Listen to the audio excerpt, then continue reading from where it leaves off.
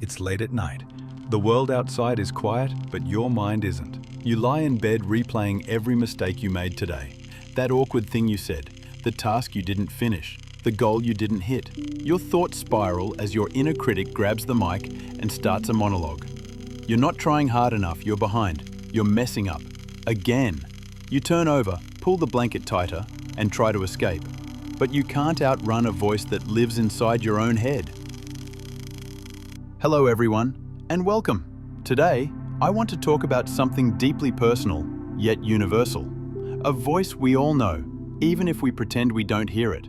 The one that tells us we're not smart enough, not attractive enough, not capable enough. That inner critic. It lives inside all of us, and for many, it's louder than any encouragement, any praise, any success. But here's what I've come to understand. That voice is not truth. It's habit, and like any habit, it can be unlearned.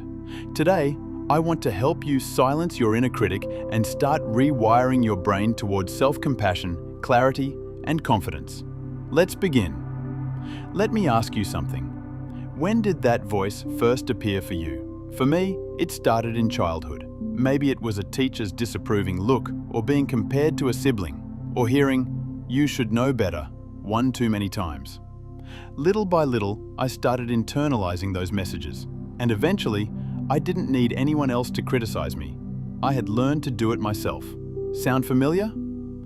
Our inner critic isn't born out of nowhere. It's a coping mechanism built from years of trying to avoid failure, shame, or rejection. It tells us we're not enough, not because it wants to hurt us, but because it wrongly believes that criticism equals improvement. But let me tell you something powerful. Criticism is not the same as growth. Shame does not lead to transformation. Compassion does. The human brain is wired for survival, not happiness. That's why negative thoughts stick like Velcro and positive ones slide off like Teflon. It's called the negativity bias. Evolutionarily, our brains had to over-focus on danger to keep us alive. In the modern world, that danger often comes in the form of perceived failure, judgment, or falling short. So when your inner critic speaks up, your brain listens. Not because it's true, but because it's familiar and feels urgent. And the more we listen to that voice, the stronger those neural pathways become. Think of it like carving a path in the woods. The more you walk it, the deeper it gets, and the easier it becomes to follow next time. But here's the truth no one tells us enough. You can carve a new path. Neuroplasticity is your superpower.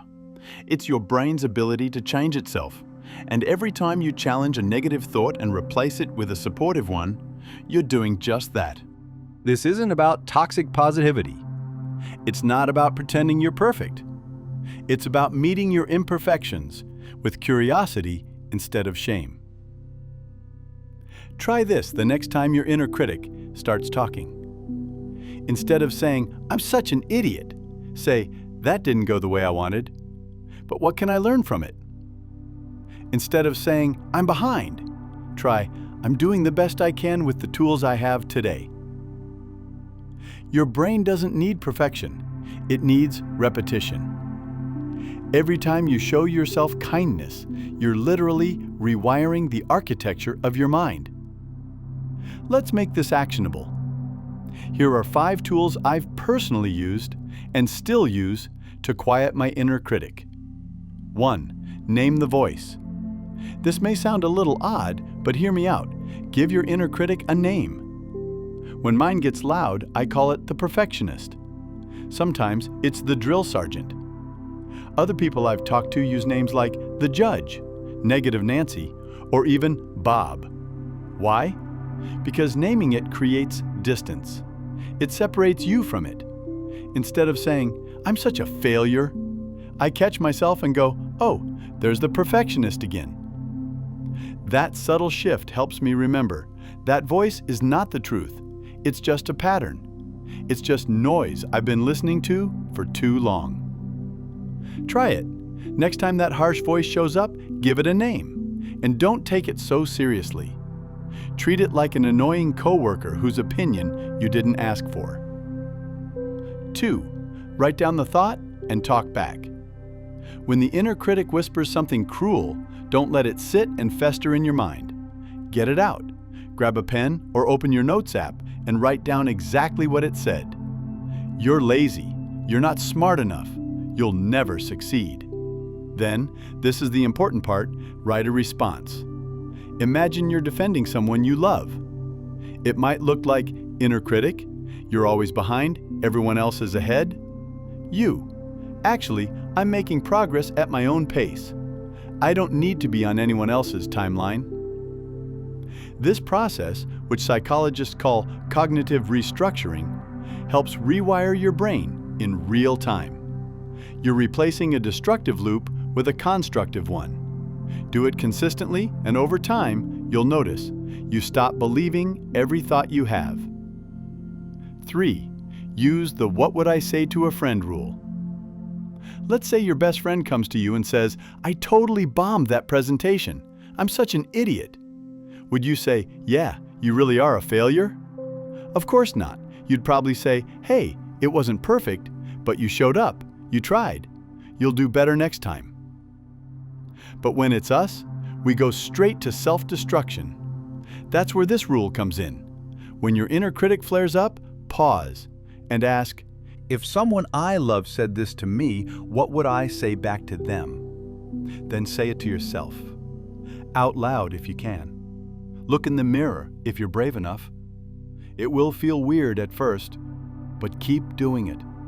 Self-compassion is a muscle, and this is one of the best exercises to strengthen it. 4. Practice daily reframes. Your first thoughts in the morning shape your emotional state for the entire day. That's why reframing early is so powerful. If you wake up thinking, "Ugh, I have so much to do. I'm already behind." Catch it. Reframe it. Try, "Today I get a chance to move one step forward. I don't have to do it all, just something." Let's say you fail at something. The critic jumps in. "See, you're not good at this." Reframe. "That didn't go the way I wanted, but now I know what to try differently next time." This isn't about sugarcoating reality. It's about choosing a more empowering lens. Over time, your brain learns to default to resilience instead of self-doubt. Here's a tip. Keep a reframe journal. Each day, write one negative thought you had and how you chose to see it differently. It's simple, but it rewires your brain in profound ways. 5. Create daily stillness, mindfulness, or meditation. I used to think I was too busy to meditate, but the truth is, I was just afraid to sit with my own thoughts. Stillness is where we hear the real story. Not the critic's narrative, but the truth beneath it. Even 5 minutes of mindfulness a day can change your relationship with your thoughts. You don't have to be perfect at it. Just sit, breathe, and observe. Let the thoughts come and watch them go like clouds. No judgment. No clinging. You'll begin to notice, there's that inner critic again. But now, you don't have to believe it. Apps like Insight Timer, Calm, or Headspace are great places to start. Or just close your eyes and breathe deeply. In, out, present. This simple practice reminds you of a life-changing truth. You are not your thoughts. You are the observer of your thoughts, and the observer has the power to choose. Silencing your inner critic is not a one-time event. It's a practice. And yes, some days the voice will win, but over time, it gets quieter. You start to hear another voice, the one that says, "You're trying, you're growing, you're worthy." And that voice? That's your true self. I'm not sharing this from a pedestal. I'm still on this journey. I've had days where I've crumbled under the weight of my own expectations. I've replayed awkward conversations in my head for hours. I've told myself I wasn't enough.